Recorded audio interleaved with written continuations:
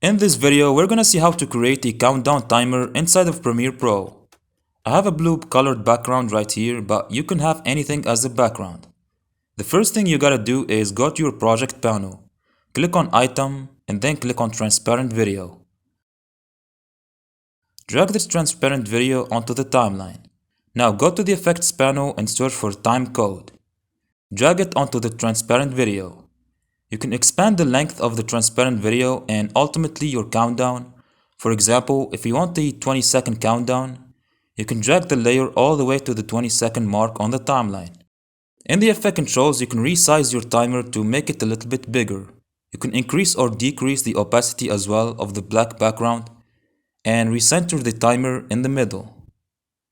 If you want to remove this thing, simply uncheck Field Simple.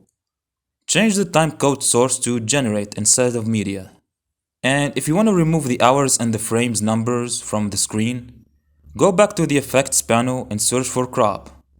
After you drag the crop effect onto the countdown layer, select it in the effect controls.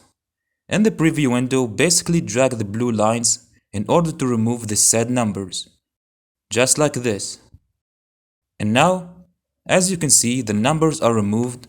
Only the seconds and the minutes are shown. But if you notice, this is only a count up timer. To make it a countdown timer, nest your clip and then right click on it. Click on Speed and Duration. Check Reverse Speed. Click OK.